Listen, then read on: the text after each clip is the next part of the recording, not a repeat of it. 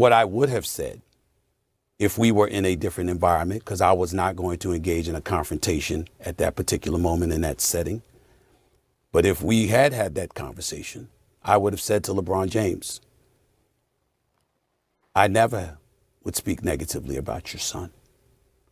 I was talking about you, meaning you, LeBron James.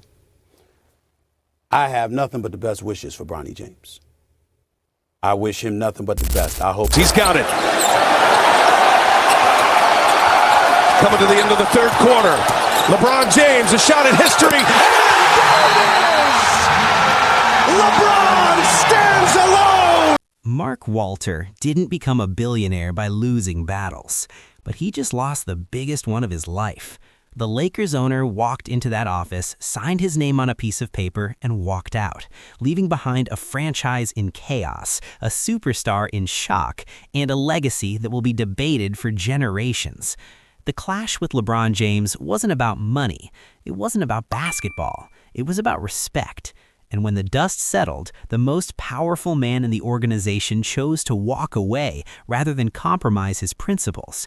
Now, NBA legends are coming out of the woodwork to support him, and the king, he's standing alone. I mean, that was amazing. That was vintage Bron, so, we're happy he was there to save us. He had an amazing game, obviously amazing fourth quarter. I think it was 2 or 3 baskets was insanely important for us. So he just decided the game. How did you feel physically? I know it's been a long few days just traveling for you. How did you feel, especially in the fourth quarter? I was tired. I was tired. Mentally, I wasn't there much. The only way you can win this is to make history. You've made history so many times before. You know the game. Does that thought even cross your mind that's the only way you can do it and you'd like to make history? It was supposed to be a routine check-in. Mark Walter, the billionaire who purchased the Lakers for a record $10 billion just months earlier, requested a private meeting with LeBron James. The agenda? The future. Luka Doncic was now the franchise cornerstone. Austin Reeves was emerging as the perfect backcourt partner. And LeBron, at 41, was holding a $52.6 million player option that complicated every financial decision. Walter came prepared. He laid out the numbers, the cap space projections, the luxury tax implications, the need for defensive wings who could shoot. He spoke in the language of a businessman, not a basketball guy. And then he made his proposal. LeBron could stay, but at a significant discount.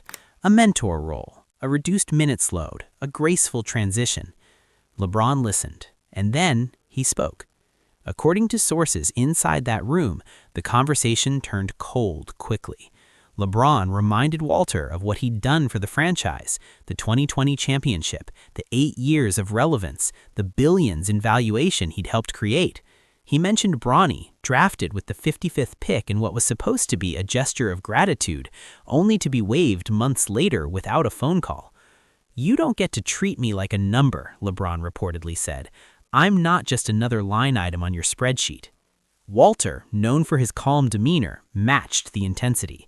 "This isn't personal, it's business, and the business says we need to build around Luka." The meeting ended without resolution, but the damage was done.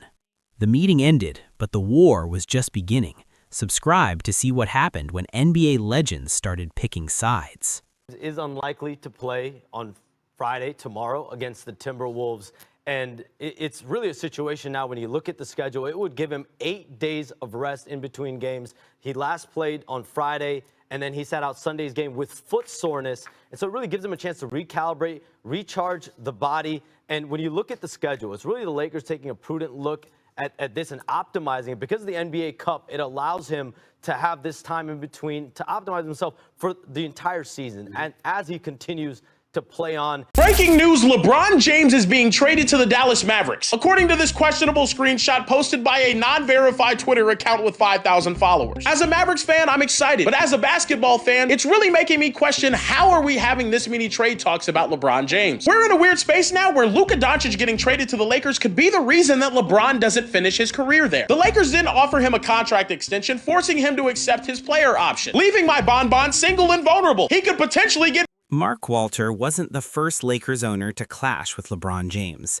Jeannie Buss had been there before. The ESPN expose from January had laid it all bare, her private frustrations, her feeling that LeBron's outsized ego and clutch sports influence had taken over the franchise. She'd considered trading him in 2022. She'd felt he wasn't grateful enough when the team drafted Bronny.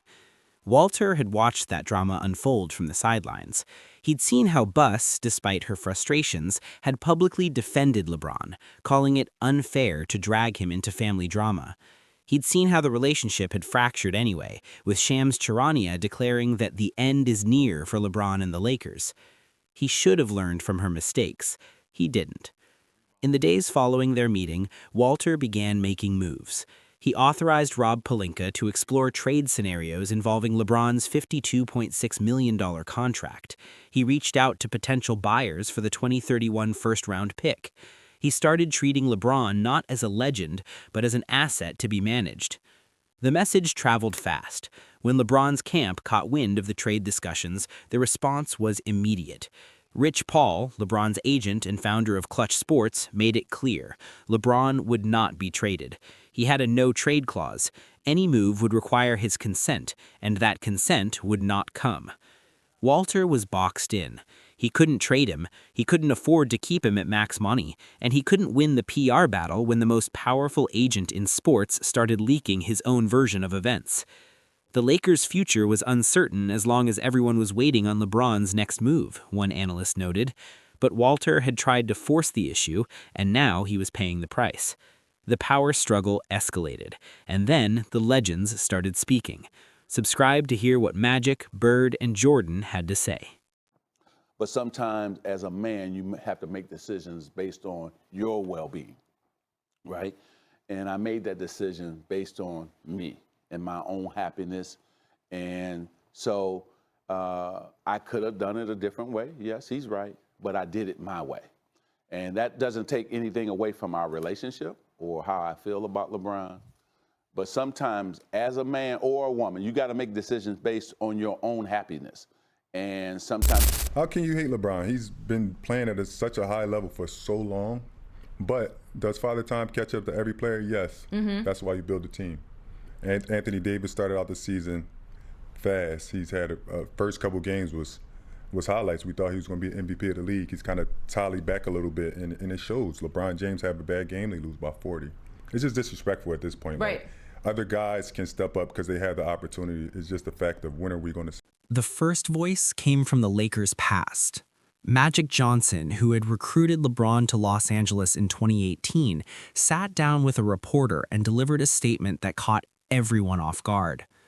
Mark Walter is trying to do what's right for the franchise, Magic said. That's what owners are supposed to do.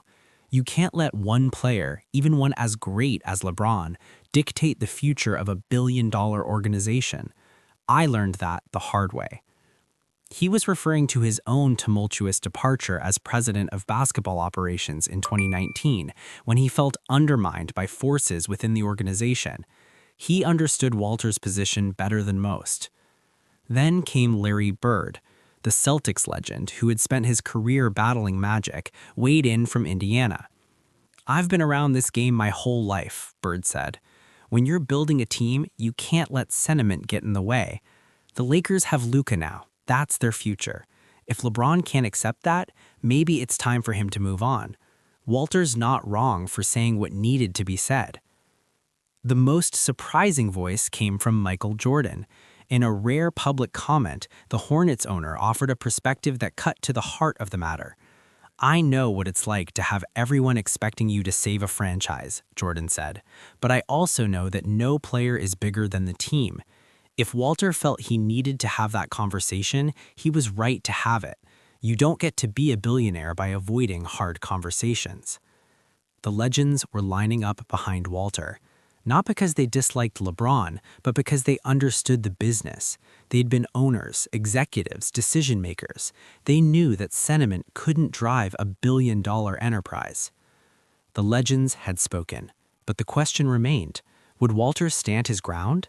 The next chapter reveals the moment he decided to walk away. Mark Walter's resignation left a power vacuum at the top of the Lakers organization. Jeannie Buss, still holding the title of governor and a 15% minority stake, was thrust back into the spotlight. The ownership group scrambled to find a new controlling partner, and LeBron James, for the first time in his career, faced the reality that he might have pushed too far. The NBA legends who had rallied behind Walter didn't back down. Magic Johnson, in a follow-up interview, made his position clear. "Mark did what he thought was right," Magic said. "You can't fault a man for that. The Lakers will survive this. They always do." Larry Bird echoed the sentiment. "I respect the hell out of him for walking away. That takes more guts than staying and fighting." But the real question was LeBron. At 41, with a $52.6 million player option and a fractured relationship with the franchise, where did he go from here? Cleveland was waiting, with Donovan Mitchell and James Harden ready to welcome him home. Golden State was lurking, with Stephen Curry and the possibility of an Avengers-level super team. Retirement was always an option, a quiet end to the greatest career basketball has ever seen. But leaving Los Angeles now would look like running, and LeBron James doesn't run. In his first public comment after Walter's resignation, LeBron was measured, careful, almost diplomatic. "I have nothing but respect for Mark Walter," he said. "He made a decision he felt was right. I made decisions I felt were right. That's how business works. I wish him nothing but the best." It was a masterclass in damage control, but the damage was already done. Mark Walter walked away from the Lakers because he refused to compromise his principles. He believed that no player, not even LeBron James, should dictate the future of a billion-dollar franchise, and when he realized he couldn't win that battle without losing himself, he chose to leave. The legends supported him because they understood. Magic, Bird, Jordan, they'd all been players, but they'd also been owners, executives, decision-makers. They knew that the line between player power and franchise stability is thinner than anyone admits, and they knew that sometimes the hardest decision is the one that looks like surrender. LeBron James remains a Laker, for now, but the relationship that brought a championship to Los Angeles in 2020, that restored relevance to a floundering franchise, that created moments that will live forever, that relationship is over. The end is near, however you want to slice it. Was Mark Walter right to resign, or should he have stayed and fought for his vision? Drop your thoughts in the comments. Let's talk about it. Subscribe for more stories that go beyond the headlines. Mark Walter sat in his office, staring at the resignation letter on his desk. He'd written it himself. No lawyers, no PR people. Just his words, his decision, his legacy. He thought about the $10 billion he'd paid for the Lakers, the highest valuation in sports history. He thought about the Dodgers, his other franchise, where he'd built a model of sustainable excellence. He thought about the meeting with LeBron, the cold exchange, the realization that this wasn't a relationship he could salvage. The final straw came when he learned that LeBron's camp had been leaking details of their private conversation. The narrative was being shaped, Walter as the cold corporate villain, LeBron as the victimized legend. In the court of public opinion, he was already losing. But Walter wasn't built for public battles. He was built for boardrooms, for spreadsheets, for the kind of quiet power that moves markets without making headlines. And he realized that staying in this fight would mean becoming something he wasn't, a media combatant, a talking head, a character in a drama he never wanted to join. So he made a choice. He signed his name, he stood up, and he walked out. The resignation letter was brief. Effective immediately, I am resigning as controlling owner of the Los Angeles Lakers. This decision is personal, not financial. I believe in the future of this franchise, but I no longer believe I am the person to lead it. The Lakers deserve an owner who can navigate the unique challenges of this moment. That person is not me. He didn't mention LeBron. He didn't need to. The resignation sent shockwaves through the NBA, but the aftermath was even more dramatic. The final chapter reveals what happens next, and whether LeBron can survive being the man who drove an owner out.